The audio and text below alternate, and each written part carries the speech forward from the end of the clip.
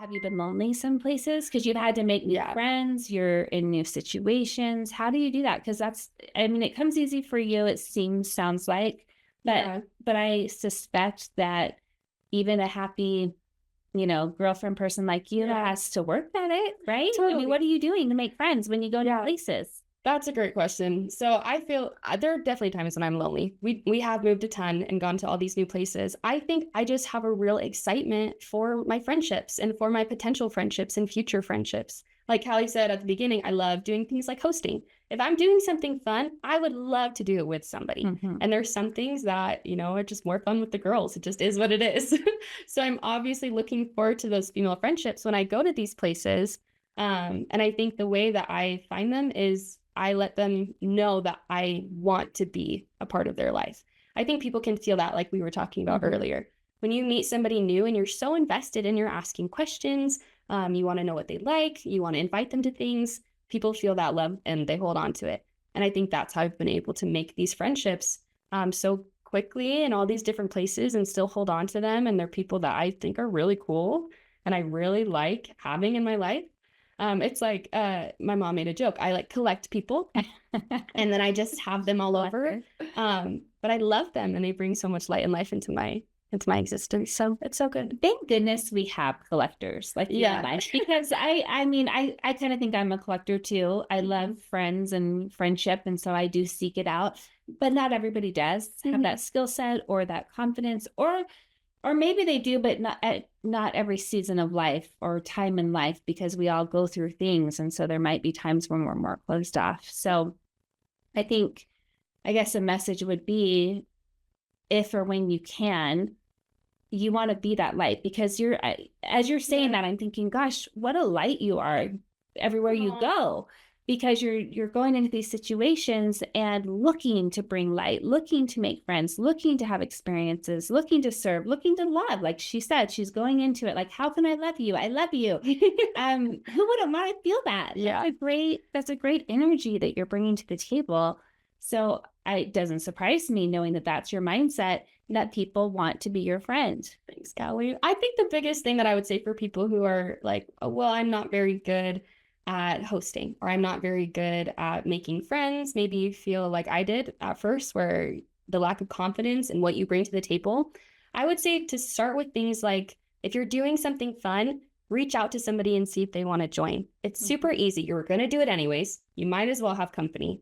But I think it shows the people in your life that you're thinking about them and that you think it would be more fun if they were there with you. You don't know how many people are out there wanting friends, wishing that somebody would reach out to them and help them feel the way that you want people to help you feel. And I think inviting somebody is a really easy and simple way to begin with that. I like that you talked about inviting, because part of the Pretty Sister mindset is to be inclusive, to to help people find a place of belonging. And I know that there's a lot of people hurting and that don't feel that way, and they feel left out from whatever experiences. It could be childhood trauma and experiences that they've carried into, later years. But I've always believed that in the slogan, the more the merrier. And I've taught my girls, and I think your mom has taught you, that when you're having a party, just everyone's invited. Let's err on the side of inclusivity and not leaving people out. And if, too many people come, we'll deal with it. Yeah. And I think you have that mindset too. I've watched you do that. I mean, she hosts parties at my house because I'm the closest, relative. Yeah. Her family lives in another state. And so, in fact, you're supposed to have a party in like 2 weeks, but now you're moving. I guess that may not happen, or may happen. I don't know. Honestly, I'll probably make it work. I'll figure it out. Even downstairs right now, I have like a whole activity plan for whoever's in the house right now, because it's something I wanted to do. And I knew that there would be people here. And so I was like, perfect, you can join me in doing what I want to do. Yeah. So yeah, she showed up so cute with you're doing haunted houses. Yeah. Haunted gingerbread. Let me say, if you're looking for a fun activity this October, okay, here it is. You're going to do graham cracker houses like you would for Christmas, but you're going to do it Halloween style. So you're making haunted houses. Don't knock it till you try it. This is the most fun tradition I think I've ever done, and we are doing it forever now. I've decided. So it's creative, so cute.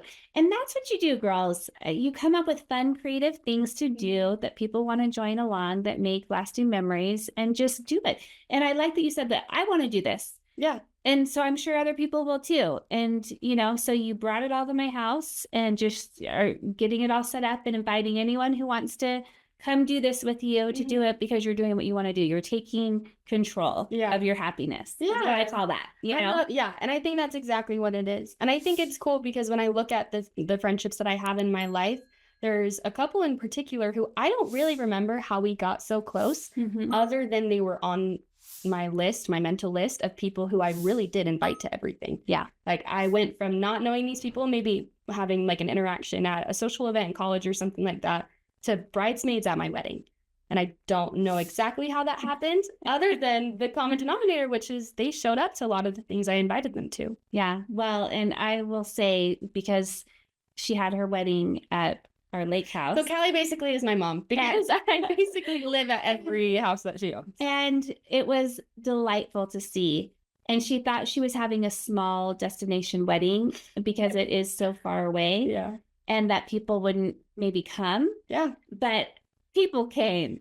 Yeah, people came. We were sleeping on the floors. People came. She filled the house in every floor space and every couch and every bed, and it can already fit a lot of people, but there was a lot of people, and it was such a fun party. But see, that is exactly what happens when you lead with love. Yeah. You know, you had this very far away destination wedding that you thought was going to be tiny and small, but everyone came out to support her because they feel this connection with you, which is a beautiful thing, and something that I'm so glad that you know seriously at such a young age, because I can say from more wisdom and experience, which is actually age, that these friendships, if you continue this even throughout marriage and continue to collect them everywhere you go, they're going to be such a blessing to your life. I have gained so many beautiful friendships and gifts from them in so many ways. I mean, I'm going to continue to just share all of these friends and lessons.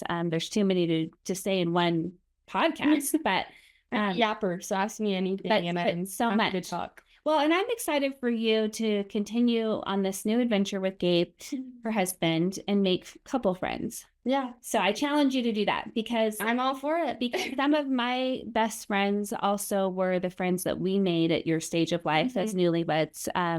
In fact, your mom was part of that, because she was part of my newlywed group when we lived away from home, and we created what we call our Boston friend group that have continued. I mean, you know, we've gone on Boston family reunions. Yeah. They're not family, but they just call it our Boston family reunion, and they're part of that. Yeah. And so it's just an extension of family. I love that. A gift and blessing in our life. Yeah. And even from the child of the parents who made those friendships and did that, I do see that. Like, I call these friends my aunt and uncles. Like they showed up at my wedding and everything like that. They're my cousins. And I think what I love about that is that you guys had the confidence to go out to a new place and to make these friends and to make these people your family. And I think we're about to do that when we make this move on Monday. We're not going to live by family or people that we know. So we're going to go out, meet new people, and hopefully turn them into our family and love them just the same.